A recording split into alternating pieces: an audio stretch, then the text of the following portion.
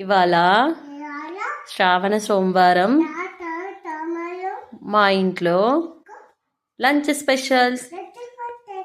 చెప్పు ఏమేమి ఉన్నాయో. కర్డ్ ఉందా? ఓకే. చల్ల చల్లని పెరుగు. ఇంకేమున్నాయి? మార్నింగ్ చేసిన పలావ్ అన్నం, కారపు బూందీ, చపాతీ, క్యాప్సికమ్, క్యారెట్, ఆలుగడ్డ ఫ్రై, తీయపప్పు, మసాలా వంకాయ, బూందీ లడ్డు, వేడి వేడి అన్నం. ఇంకేమున్నాయి చిన్ను? కొబ్బరి ముట్ట.